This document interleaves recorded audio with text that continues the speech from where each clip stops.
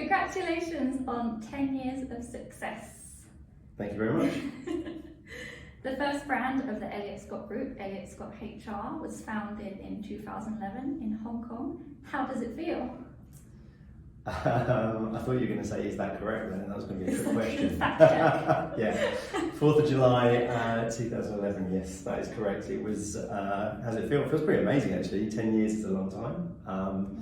I think if you speak to most people about businesses that they run, getting through the first couple of years is hard enough. So to sit here after 10 years and have what I think is an established brand, a presence, and numerous offices around the world is pretty amazing. Definitely. Tell us about an early memory of setting up the business. What was that like? There's a couple, if I'm honest with you. The one that always stands out is probably the story that I tell to a lot of people, was that sort of first day when you sat in the office on, like, you've got your laptop, you're sat there, and I remember, because Phil will remember it really clearly. Was it a small little office? Tiny little office. We must have been, I think it was a 3-man office. There was me, Phil, and a lady called Kitty at the time. And I remember day one when me and Phil looked at each other, like, oh, I suppose we better make some phone calls then, shouldn't we? Like, that's what we should do. So that was always a bit nerve-wracking, because at that moment suddenly it's go time, like you need to make some money, you need to do things. So that probably was the first moment that stood out. The next one is then about the business, and I was a good consultant, I think, at the time. But the first 3 months was about running a business, and it felt very much like I was doing almost like a mini MBA. I was introduced really quickly to sort of cash flow management. I was introduced really quickly in terms of getting money in, not only in terms of billing, but actually chasing the money, tracking it, making sure we had enough in the bank account that we could then pay people on time and those sorts of things. So how did you learn all that? Was it just a learning curve? It was a learning curve. That Rich at the time, Rich Paisley, who was my business partner, like part of the reason I went into business with him at the time was because he could provide or help me with a lot of that. So he was pretty good. I say he was pretty good. There was a lady, I think it was Zoe, that worked for him at the time, who was amazing. Like, she really would help in terms of all of that. She gave us the templates to use. And look, we went on, myself, Phil and Kitty all went on this big sort of learning curve. But they were the two sort of early things that stood out to me that I remember sort of bit rabbit in the headlights, but had to get my head around it. Yeah, definitely. And now you've built the brand, and we have offices, and we recruit globally. We have offices in Singapore, India, the UK, the US, and as mentioned before, Hong Kong. What do you think's been a key contributor to that growth? A key contributor really is the people that work for you. Like, if you don't have the right desire of the people that work for you, then you're never going to be able to achieve any of those things. And there are instances there where we've gone into markets and some of it's a bit of a gamble. There's a risk that you have to take. And some of that is the risk that I'm prepared to take, and some of that is the risk that the people that want to do these things are prepared to take. But yeah, it's all about people and the people that you surround yourself by. Without them, we can't do anything. Yeah, for sure. It's a really good point. And what's it like running a global company?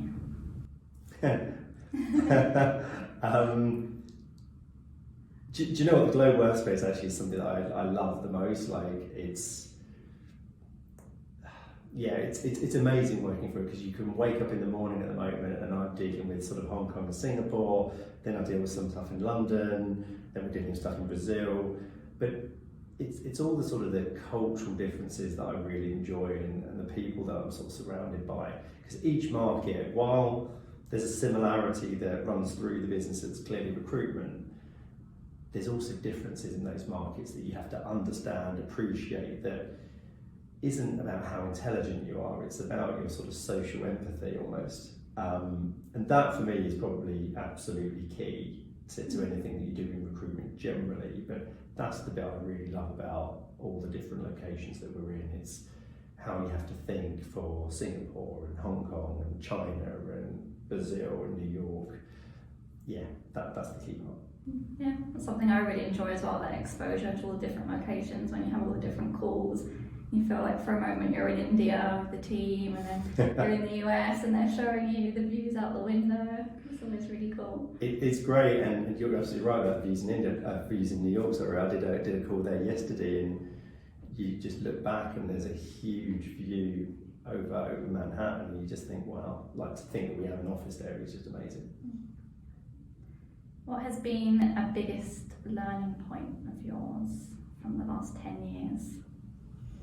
Biggest learning point. I probably touched on the first one. I've already touched on. I think was the sort of the cash flow management, the sort of almost MBA in sort of running the business.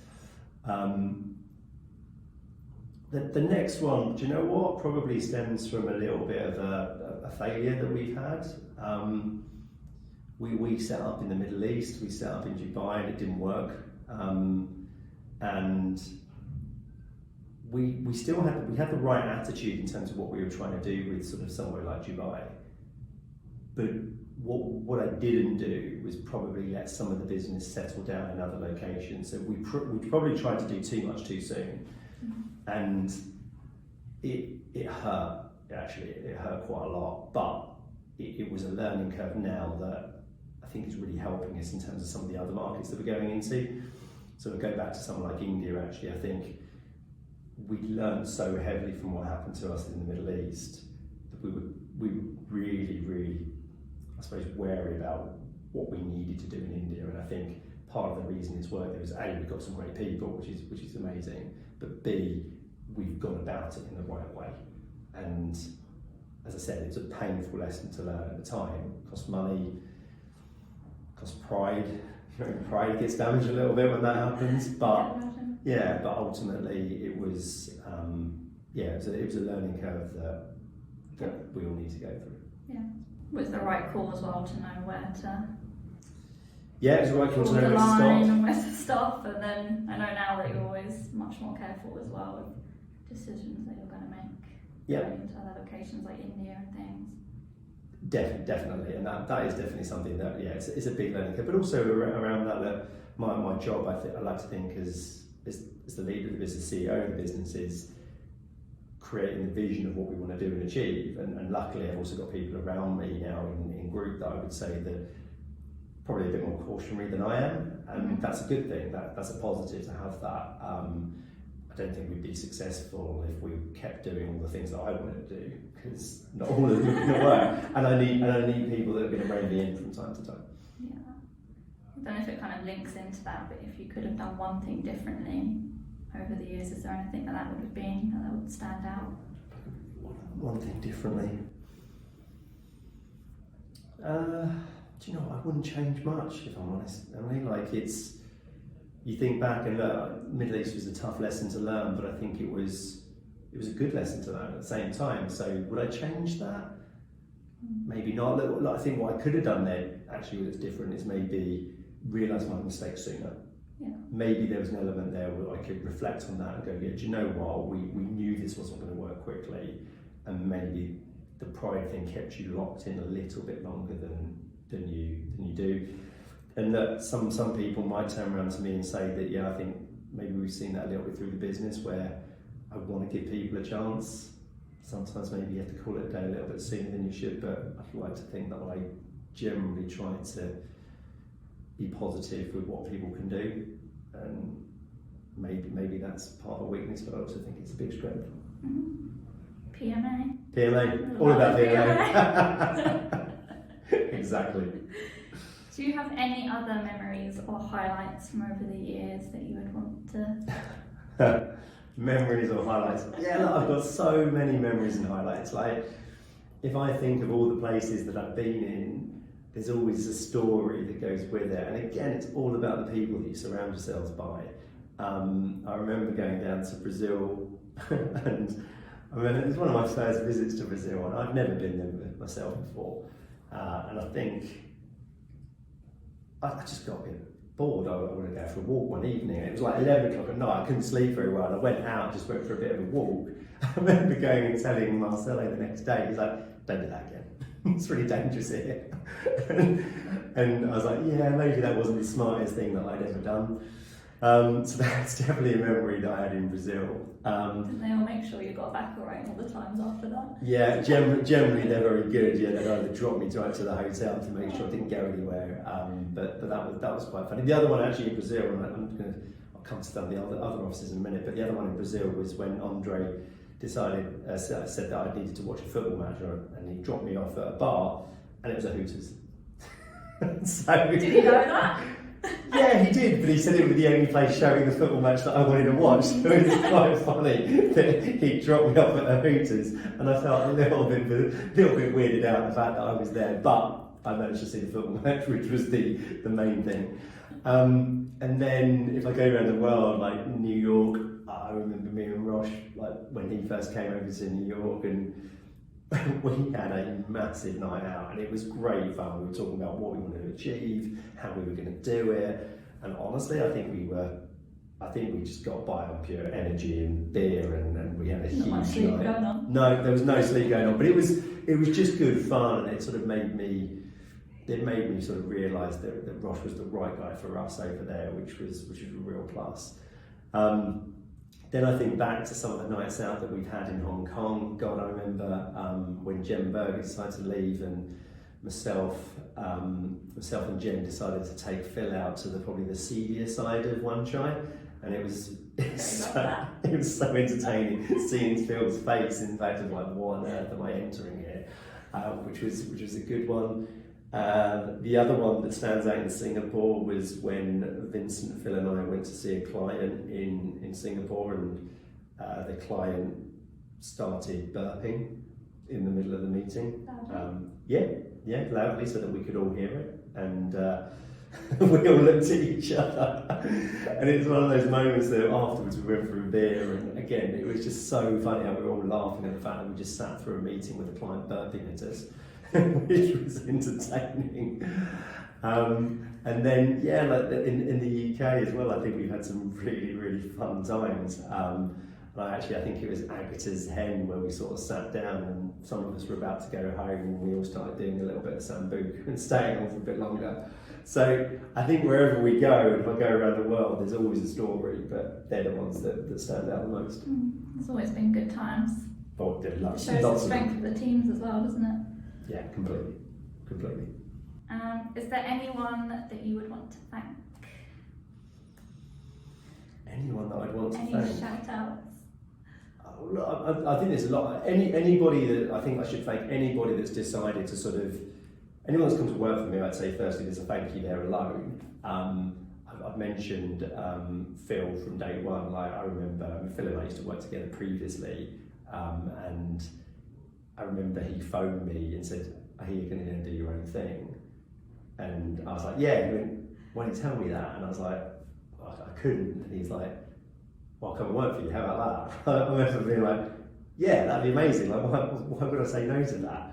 So there's a big thank you there in the fact that Phil alone put sort of some trust in me. That he had another job at that time as well and left it within weeks almost. So there's huge amounts of trust that Phil put in me on that side of things. Now he runs Asia Pacific. Now he runs Asia Pacific, which is huge. I mentioned Rosh in terms of the New York story. Huge gamble for Rosh in terms of what he had to do. He's moving from Australia. It was a massive thing for him to be doing in terms of relocating. And at the time, Rosh was going to be going to the West Coast, and we sort of said, "Look, the East Coast is where we need you." And he took that gamble and took that punt. Paolo, Marcelo, like those guys, like Marcelo, we met actually for Elliott Scott previously when Andre first was down there, and we realised soon that probably wasn't the right opportunity, and then we decided to do something different, and that was massive in terms of being able to do that. To open other brands. Yeah, and then he sort of redefined what trend is, and that's a pretty amazing thing to be able to do. And Paolo's done something very similar. Like he came into a team to run it, but nothing turned out the way it should have done, and he took a lot of time, effort, and faith from his side to be able to sort things out and get that moving. So everybody that's done that, I'd say there's a massive thank you. Actually, I forget, and Helen's going to crucify me for forgetting her and not mentioning her sooner, but when we started Charlotte Frank, like that was a really sort of a great story in the fact of what we did and how we tried to do it and what we were planning on doing. And again, we initially started talking about Elliott Scott, but then realised that that's not where Helen's strength was, and actually we could be a much better brand by doing something slightly different. So I think that was really good. And again, Kirsten took a big gamble in terms of relocating her life from Hong Kong back to London and pushing the UK business. So I'd say I'm leaving people out, which feels really bad, but all of those guys, like, we wouldn't be in a position. Surely, you thank all of them. Yeah, I'd like to think that. Anyone that's ever been involved, and like you were saying, it's not just Elliott Scott HR that's grown; it's the group overall. Since the beginning, there's also been Yoktu, Trent, Charlotte Frank, and as well as growth for Elliott Scott HR. So yeah, there's that. Pretty amazing. It is pretty amazing. There's only one other thank you that I probably never said to him too often, but Rich Paisley is probably a big one. Like I wouldn't be in the position I am without the initial sort of investment and trust that he put in me, and a lot of people will see it now and maybe think that Rich doesn't do very much, and he doesn't, if I'm honest, but at the time he was the guy that sort of said, look, I want to help build a global business, this is the reason why, and to have that initial vision and trust was pretty huge. Yeah. I think that's been a great journey throughout the past 10 years. Do you feel like you've covered everything? No, I've not covered. No. Scratched the surface. I've scratched the surface, because even as I sit here now, I think of. Thinking about other honestly, points. I think of when we met. I think I'm sitting here now thinking, God, when I first got introduced to Anne, me and Anne used to walk dogs together. And then we started talking about what we both did, and got sort of like, actually I was like, I need some help, and he was like, that's what I do, and it all sort of worked. Emily Ramsey, when we were talking more as like a sort of candidate, and sort of met for coffee and started talking, and you sort of think back to almost everybody, and there's a story behind, especially the sort of the leaders, the MDs and the leadership team, there's a story behind all of the people there. So yeah, as I said, I've probably left out a lot of people, but hopefully they're aware of how important they are. Congratulations again. It's great to have been on part of this journey with you and the company, and here's to many more years of Elliott Scott HR. Thank you very much, yeah. Many more years ahead.